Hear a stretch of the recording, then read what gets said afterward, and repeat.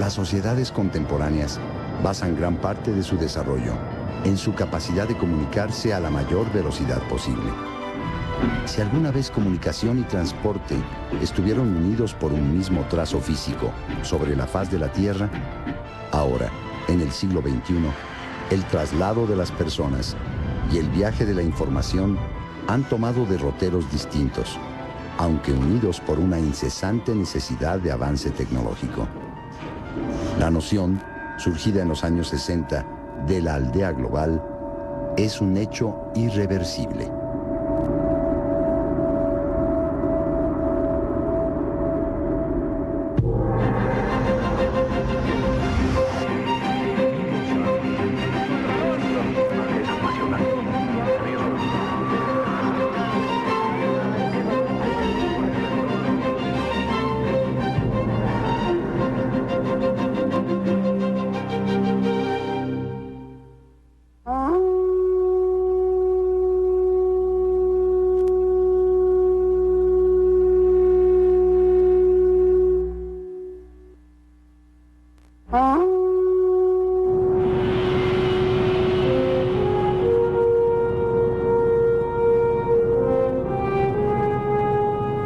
Uno de los ejes fundamentales de la civilización ha sido la transformación tecnológica de la comunicación y los transportes.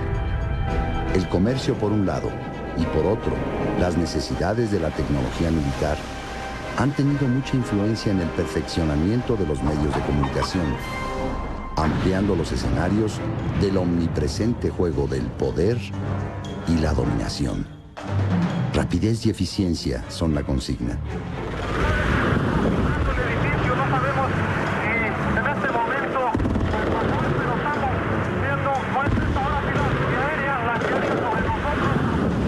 En el mundo de los negocios, el tiempo es oro. Pero existen otros estímulos y razones para que la comunicación sea eficiente, rápida e imaginativa. La educación, la investigación, la salud, el disfrute del tiempo libre, el juego. En fin, todo lo deseable y apasionante de la cultura humana. Se ha dicho que adoptar nuevos instrumentos lleva aparejado grandes cambios en la forma ordinaria de hablar y actuar. En el terreno de los transportes y las comunicaciones, esto es una experiencia histórica innegable. En el México prehispánico no se conocían los animales de tiro y de transporte comunes en el viejo continente o África, ni tampoco la rueda. La base de la comunicación a distancia eran los mensajeros, y el transporte se sostenía sobre las piernas humanas. Ello no impidió que la mesoamericana fuera una cultura compleja y floreciente. Los conquistadores españoles trajeron a México caballos, palanquines y carros tirados por mulas. La trama de la colonización se desplegó a través de caminos para someter, explorar territorios y fundar nuevas ciudades, y posteriormente para llevar productos y mercancías y extender la explotación minera. En 1522, Hernán Cortés ordenó la construcción del camino de Tenochtitlan a la Villa Rica de la Veracruz, una ruta ya existente que unía la costa oriental con el centro del Imperio Mexica, la misma que en adelante ligó a los conquistadores con el mar, rumbo a Europa de nuevo. Este camino de México a Veracruz fue el primero en constituir una verdadera carretera en la Nueva España. Esta fue la vía terrestre por la que llegó a la capital de la Nueva España la cultura colonial, los misioneros, los virreyes, la imprenta, el idioma español, las leyes de Indias, también las viruelas, el Santo Oficio y el pecado original. En realidad, las principales rutas coloniales del montañoso Valle de México siguieron siendo las mismas ya usadas en tiempos prehispánicos. En cambio, hacia el norte, extenso e inhóspito, los trabajos fueron tan rudos como los reportados por el expedicionario Cabeza de Vaca. Si por tierra los caminos eran el eje del transporte, para la comunicación con España y el comercio con Asia, a través de las Filipinas, los océanos fueron el reto ya conocido por los europeos. Sembrados de peligros, El Atlántico y el Pacífico vieron un flujo constante de embarcaciones cargadas de oro y esclavos, noticias, seda y viajeros. Recién consumada la independencia de México, se creó un Ministerio de Relaciones Exteriores e Interiores, que tuvo a su cargo las obras públicas, caminos, calzadas y puentes. Para la época de la Reforma, una Secretaría de Fomento, Colonización e Industria y Comercio tomaba estas funciones y llevaba ya en el nombre un acopio de asuntos relacionados con las comunicaciones. Durante el efímero imperio de Maximiliano de Habsburgo, se creó el Departamento Ministerial de Fomento para que se hiciera cargo de la geografía y la estadística, los caminos de fierro y la navegación, los correos y los telégrafos. Una dirección de puentes y calzadas se responsabilizaba de la construcción de carreteras, puentes, calles y acueductos. En 1891, en pleno porfiriato, se creó por primera vez la Secretaría de Comunicaciones y Obras Públicas, SCOP. El mundo ya era otro. Las ciudades de México, Guadalajara, Puebla, Mérida y Veracruz contaban con servicio telefónico. Pocos años después, los primeros automóviles comenzaban a ser de las suyas. Al final del régimen porfirista, se terminó de construir el llamado Palacio de Comunicaciones. Estalla la revolución. Entre la violencia y las luchas políticas, surge un nuevo país. La Constitución de 1917 ratificó las funciones de la Secretaría de Comunicaciones y Obras Públicas. Ya todos podían decir que la comunicación se desplazaba por tierra, mar y aire. Además de que la telegrafía sin hilos era un hecho. Todavía ocurrían cosas tan curiosas como que, en 1920, Juan Guillermo Villasana, pionero de la aviación de México, creara en la Secretaría de Comunicaciones y Obras Públicas la primera oficina de navegación aérea, pero dependiente de la Dirección de Ferrocarriles. En septiembre de 1927 se realizó la primera conferencia telefónica entre un presidente mexicano, el general Plutarco Elías Calles, y uno estadounidense, Calvin Coolidge. Un poco más tarde comenzó a transmitir la estación de radio XEW. También quedaron comunicados México y el Japón por vía radiotelegráfica. Poco después, el mundo quedaría dividido y a la vez unido por una espantosa guerra y el inicio de la llamada Era de las Telecomunicaciones. En 1950, luego de algunos ensayos de transmisión, quedó constituido oficialmente el primer canal de televisión en México, XHTV, Canal 4, propiedad de Rómulo O'Farrill. Inmediatamente después comienza a emitir su señal la XEW-TV, Canal 2, propiedad de Emilio Azcárraga Vidaurreta. El Canal 5, XHGC-TV, del ingeniero González Camarena, se inauguró oficialmente en 1952. 3 años más tarde, los 3 canales se unieron para formar la empresa Telesistema Mexicano. Primeras carreteras de cuota, un aeropuerto internacional en la Ciudad de México, un primer sistema telefónico de microondas entre el Distrito Federal y Puebla. La clase política del país, que entonces y con entusiasmo se proclamaba moderno, estaba orgullosa de su desarrollo. En 1953 empezó a construir un centro para alojar las oficinas de la Secretaría de Comunicaciones y Obras Públicas, dispersas por toda la ciudad capital. Llevaron a cabo el proyecto los arquitectos Augusto Pérez Palacios y Raúl Cacho. Los murales que compusieron las fachadas, con el estilo grandioso del nacionalismo, fueron obra de Juan O'Gorman, José Chávez Morado, Luis García Robledo, Jorge Best, Rosendo Soto, Arturo Estrada, Rodrigo Arenas, Francisco Zúñiga y Guillermo Monroy. Son una emocionada interpretación de la larga historia de las comunicaciones. La Secretaría de Comunicaciones y Obras Públicas permaneció con las mismas funciones hasta 1958, en que las obras públicas se separaron de las comunicaciones y se creó la Secretaría de Comunicaciones y Transportes. Las potencialidades de las nuevas tecnologías estaban dejando entrever un universo distinto. El ritmo pausado empezó a convertirse en la búsqueda de lo instantáneo. Las fantasías de la ciencia ficción, muy de moda, comenzaron a darse la mano con la realidad. Comunicar a la nación empezó a ser una hazaña cada vez más compleja y avanzada. Fue una gran imprudencia lo que hizo Virginia. Está aquí conmigo, en el club. ¿Está escuchando? No, está con Conrado. Estoy enterado de todos los sucesos. No deben separarse de Virginia. Estén siempre junto a ella. Los zampones pueden tomar represalias. Ya lo intentaron. Virginia los despistó. Sigan con el plan establecido y no dejen de llamarme cuando surja algo imprevisto. Así lo haré, Santo. Y gracias una vez más. Noviembre de 1910. El levantamiento popular prácticamente empieza con la destrucción de las vías de comunicación. México tenía que recomenzar, ya con una nueva constitución política, una infraestructura indispensable para comunicar los principales centros de producción del país. El ferrocarril seguía siendo el único medio disponible para cubrir tanto largas distancias como el transporte de carga.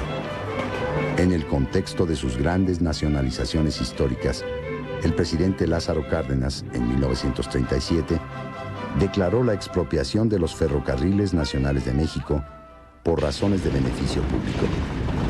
Siempre se esperó algo más del Sistema Nacional Ferroviario. Cumpliendo con el plan de rehabilitación ferroviaria del presidente de la República, se convierte de angosta en ancha la vía que une a México con Acámbaro en una extensión de 286 kilómetros. El licenciado Manuel Palacios, gerente general de las líneas nacionales, y el gobernador del Estado de México colocan el primer riel de 112 libras en el kilómetro 12 a la altura de San Bartolo, Naucalpan.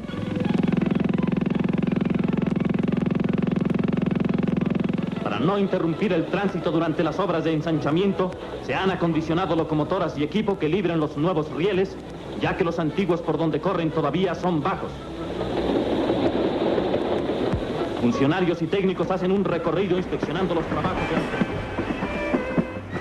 La historia de los ferrocarriles en México es una constante de intentos de rehabilitación marcados por las limitaciones económicas.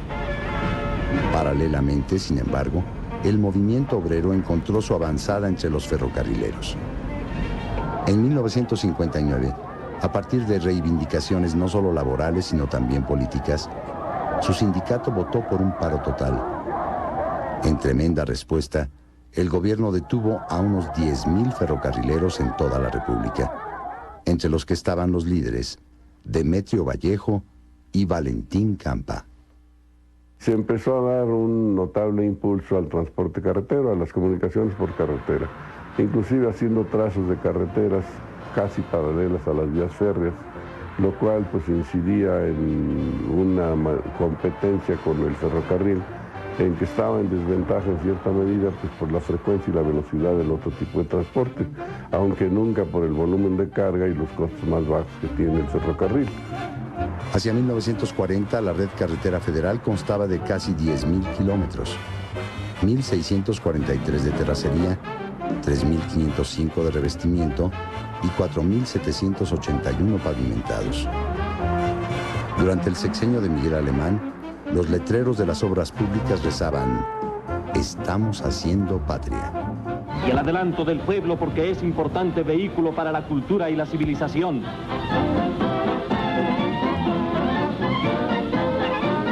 Para organizar el autotransporte de acuerdo con la nueva Ley de Vías Generales de Comunicación y constituir empresas responsables que sean garantía de eficiencia y seguridad para todos, la Liga Nacional del Transporte celebra su segundo Congreso Nacional en Bellas Artes. El crecimiento y la modernización de las autopistas de nuestro país ha sido factor fundamental en el desarrollo económico durante los últimos 40 años. Cada vez son más rápidas y utilizables. Ahora, las prioridades y metas que se trazó la Secretaría a principios de esta administración son modernizar los corredores carreteros, transformarlos a carreteras de altas especificaciones. Esta es una primera prioridad. La segunda tiene que ver con el programa de conservación de carreteras.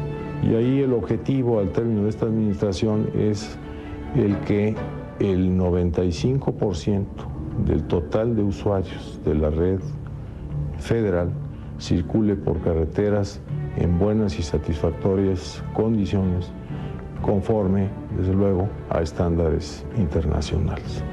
Una tercera prioridad tiene que ver con caminos rurales. Aquí el objetivo es comunicar el 100% de las cabeceras municipales en el país, en su mayor parte con caminos pavimentados.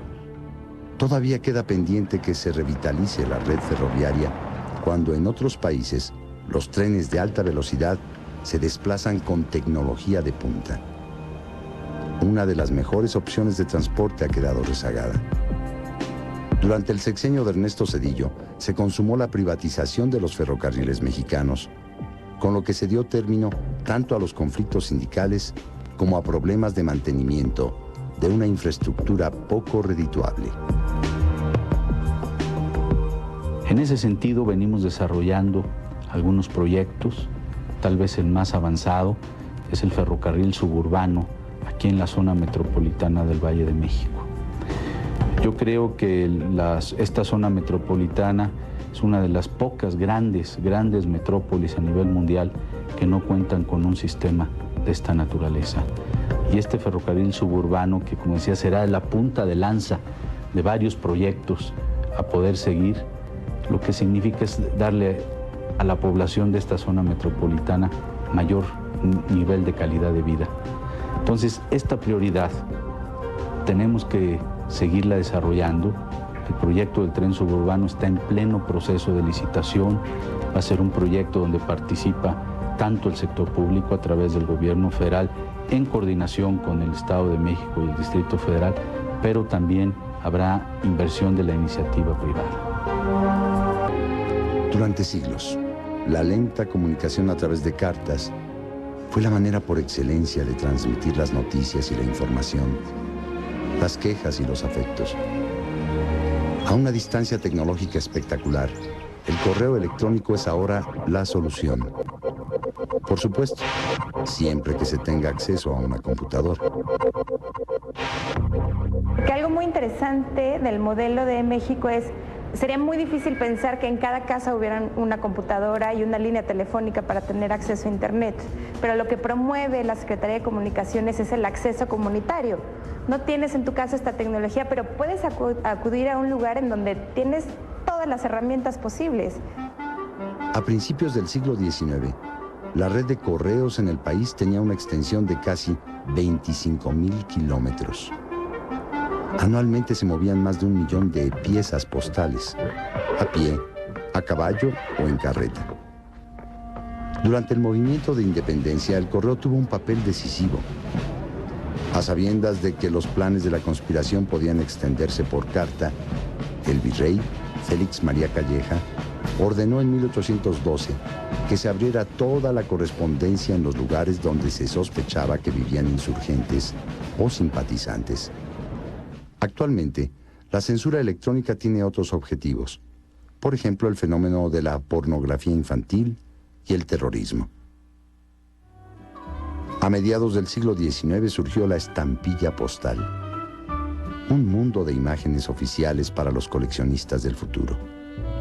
En febrero de 1856, bajo el gobierno de Ignacio Comonfort, se emitió la primera estampilla mexicana, con la efigie de Don Miguel Hidalgo y Costilla, ya todo un ícono patriótico imprescindible.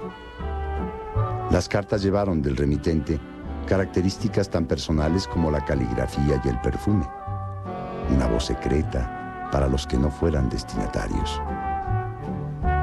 También hubo un tiempo en que las tarjetas postales, la llamada comunicación al descubierto, reproducidas mecánicamente por docenas, representaron hermosos testimonios visuales de su lugar de origen, obra de fotógrafos, artistas y editores, Montones de aquellas piezas están ahora a merced de todas las manos en los mercados de segunda mano. Una buena postal electrónica tiene ahora ingeniosos efectos de animación y musiquita.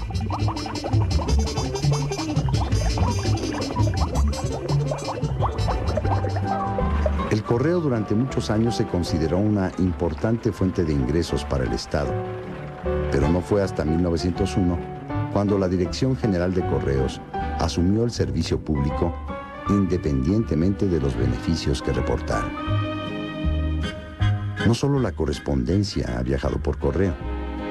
De hecho, en febrero de 1923 se instauró el Servicio Postal de Valores Declarados, mediante el cual se podrían enviar monedas, joyas, billetes y metales preciosos, entre otras cosas. Los riesgos se debían prever.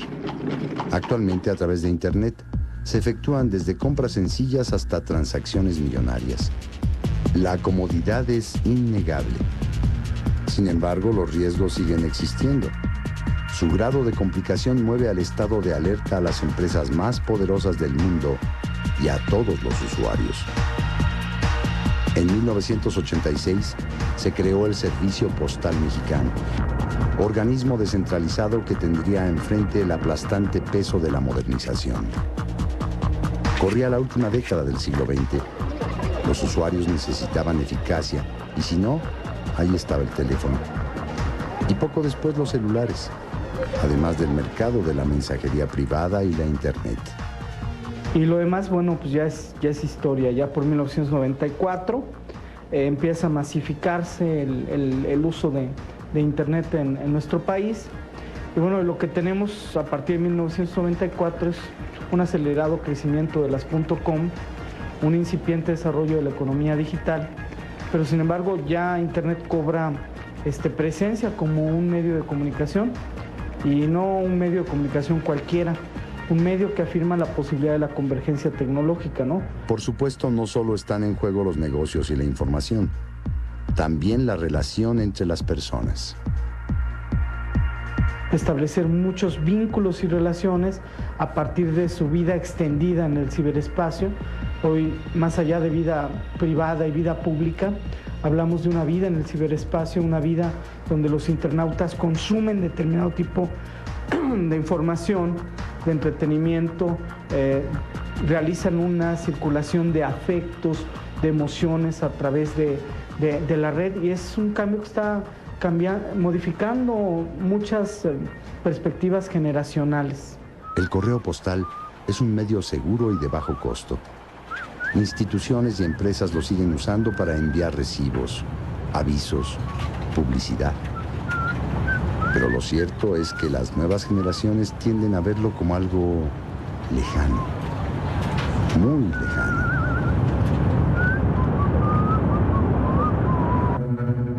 El 8 de enero de 1910, un aeroplano vuela por primera vez en México.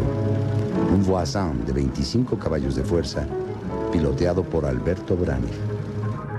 Unos meses después, en el velódromo de Pachuca, Juan Guillermo Villasana logró mantenerse 22 segundos en el aire en un planeador con motor.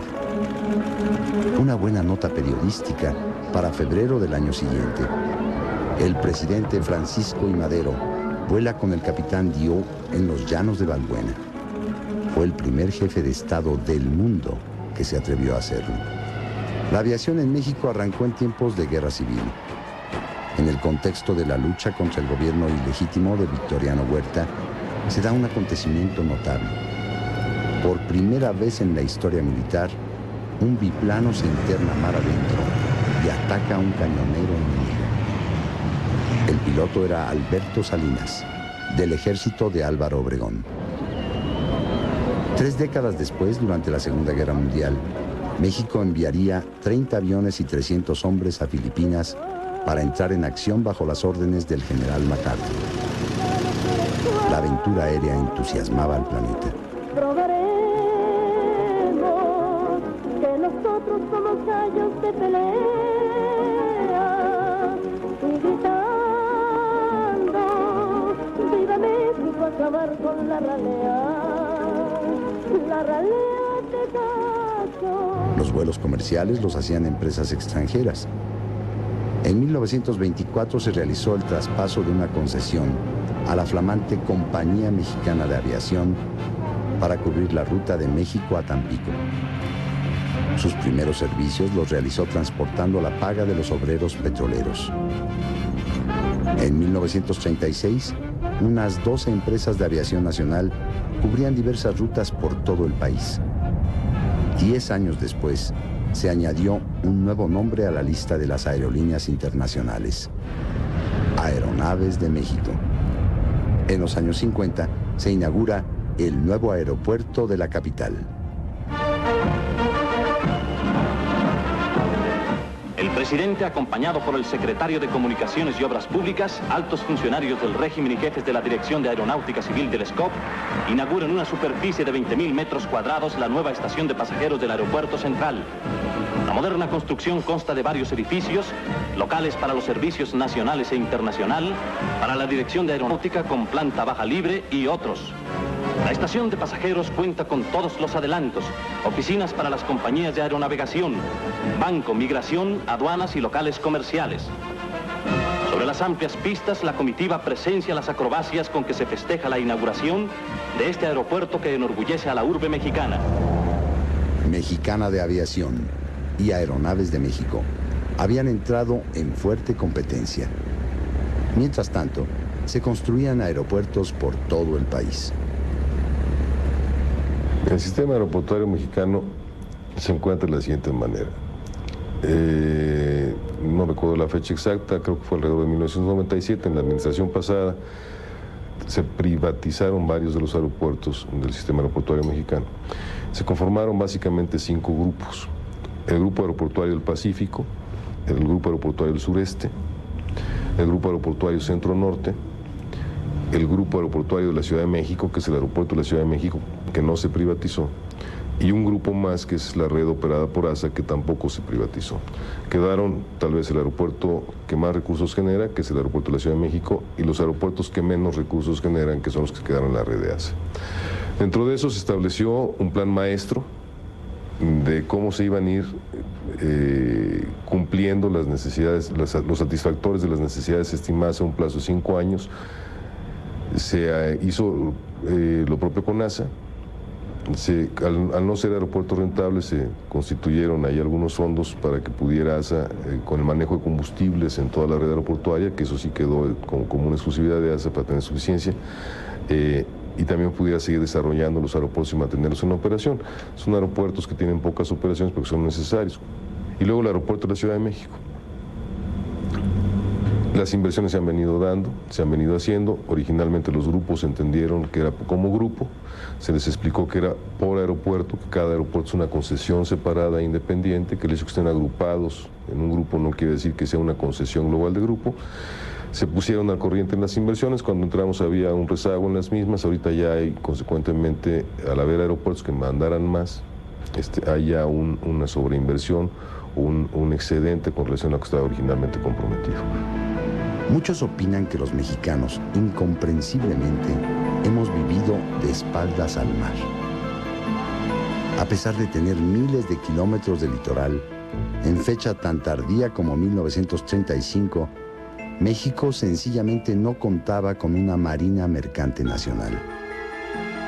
El presidente Adolfo Ruiz Cortines vio la necesidad de desarrollar la actividad marítima en su programa La Marcha al Mar. Sin embargo, a pesar de sus ambiciosas intenciones, que incluían trasladar población a las costas, aprovechar más intensamente las especies marinas, construir una red portuaria nacional, levantar astilleros, mejorar los transportes entre los puertos y los centros industriales, casi nada se llevó a cabo, al parecer por falta de inversión privada. Actualmente, se transita por nuevas fórmulas que permitan el sano desarrollo de los puertos mexicanos. De manera que el modelo de organización portuaria a través de la Administración Portuaria Integral, las APIs, ha favorecido el desarrollo del sector, permitiendo la autosuficiencia financiera y la provisión de servicios cada vez más eficientes, oportunos, confiables y sobre todo internacionalmente competitivos.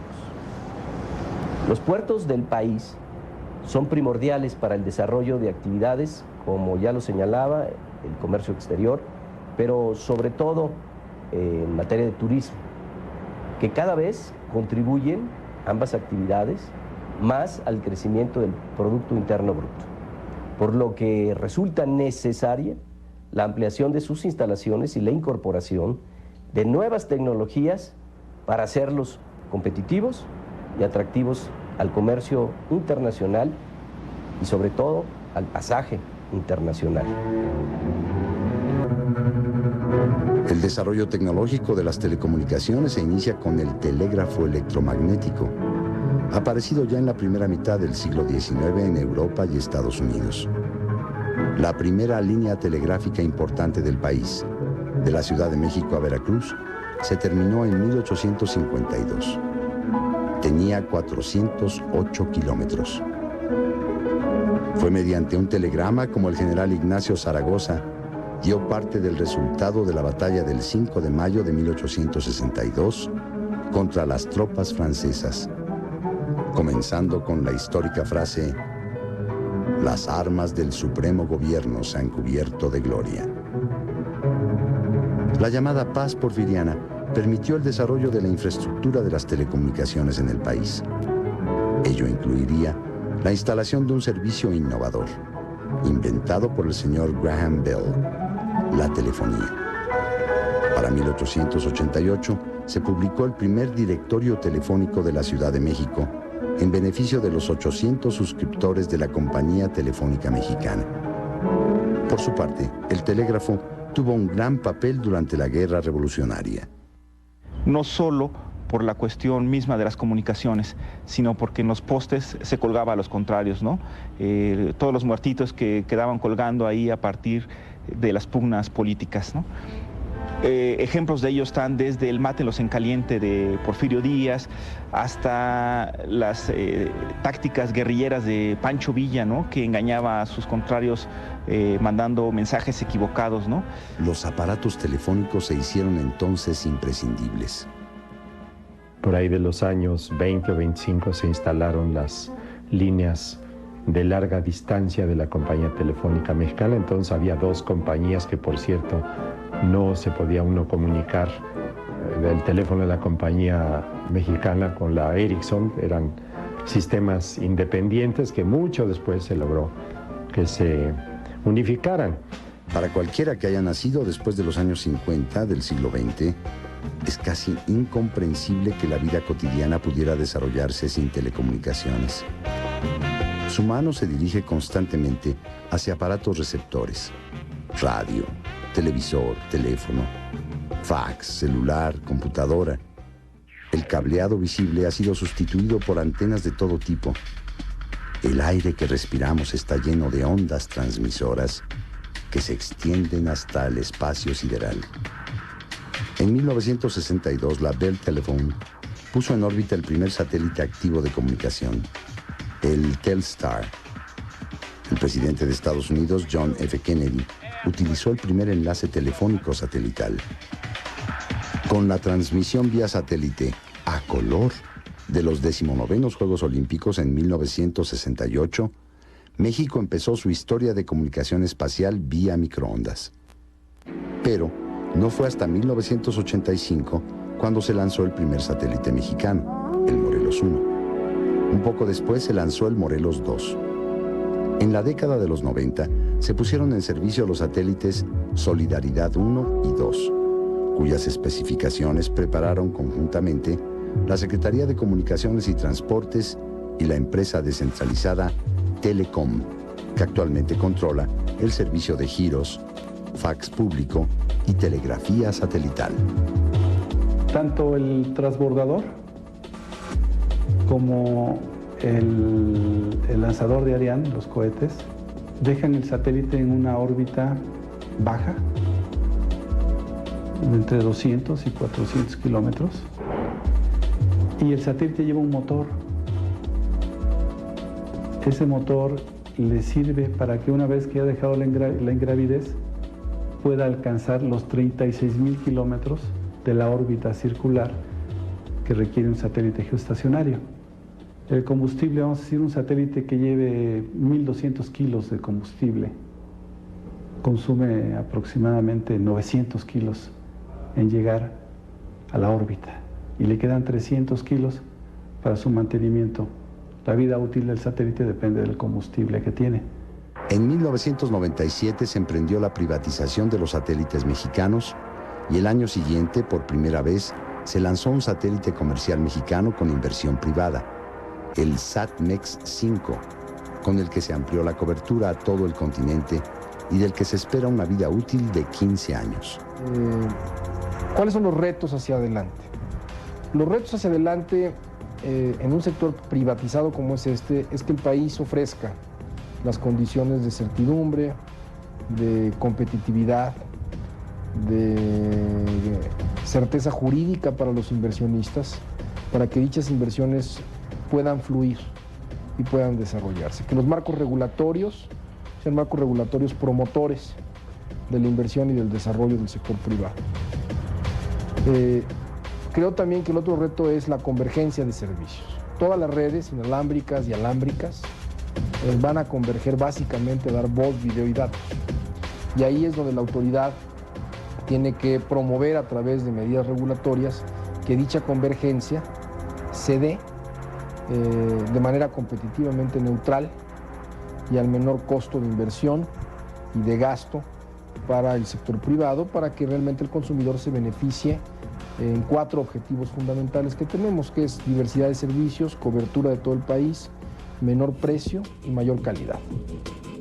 La modernización y el desarrollo de las comunicaciones como medios masivos no implican solo el cómo, sino el qué se comunica. La intervención que durante mucho tiempo ejerció el gobierno sobre la información pasó a ser una injerencia insostenible.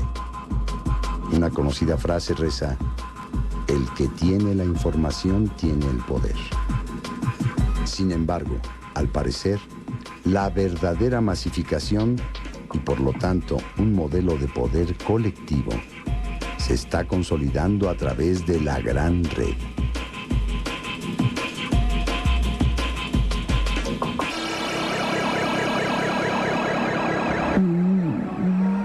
Layton, el hombre.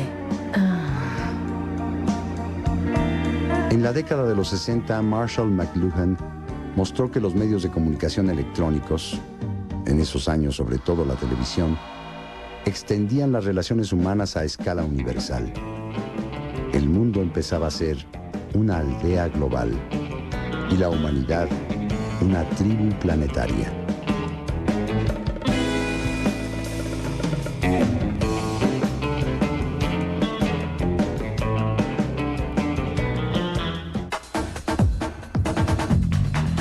La frontera entre telecomunicaciones e informática prácticamente ha dejado de existir. Actualmente, los grandes sistemas de telecomunicación tienen la característica de pertenecer al ámbito internacional. Y lo óptimo es que cualquier nación tenga sistemas operables por las demás.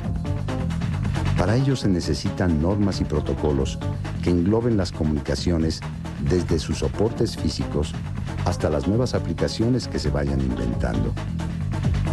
La electrónica y la informática han ido desplazando la transmisión mecánica hasta constituir casi una prolongación del sistema nervioso de los individuos. El cibernauta pertenece física y mentalmente a una nueva generación. Que es un nuevo laberinto de la soledad, es una soledad digital, pero es una sensación de soledad distinta porque me parece que el cibernauta cobra conciencia a final de cuentas de una serie de reflejos digitales. Para un yo a un lado de la computadora, siempre hay algún otro vinculable del otro lado de la computadora. Entonces, la gente más extraña, la gente más atípica, la gente menos convencional, gente fuera de serie, encuentra su perfecto interlocutor imaginario, o así lo considera, a través de la red. La red es una zona de encuentros, de afirmaciones, de búsquedas. Entonces, para emanciparnos en un momento dado de la sensación de inseguridad de las grandes urbes, decepcionados de instituciones históricas que nos han dado la espalda, que nos han decepcionado, llámese la iglesia, llámese la familia, llámese los partidos políticos, llámese el gobierno. Muchísimas personas buscan desarrollar una calidad de vida alternativa a través del ciberespacio. Aún sin el extremo de salir de la galaxia, el ser humano ha transformado su percepción espacio-temporal.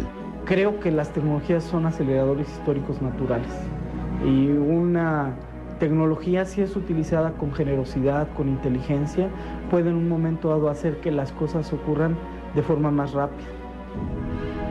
Sin embargo, una desigualdad notable persiste para disfrutar de los adelantos y las comodidades, tanto en el país como en el orbe.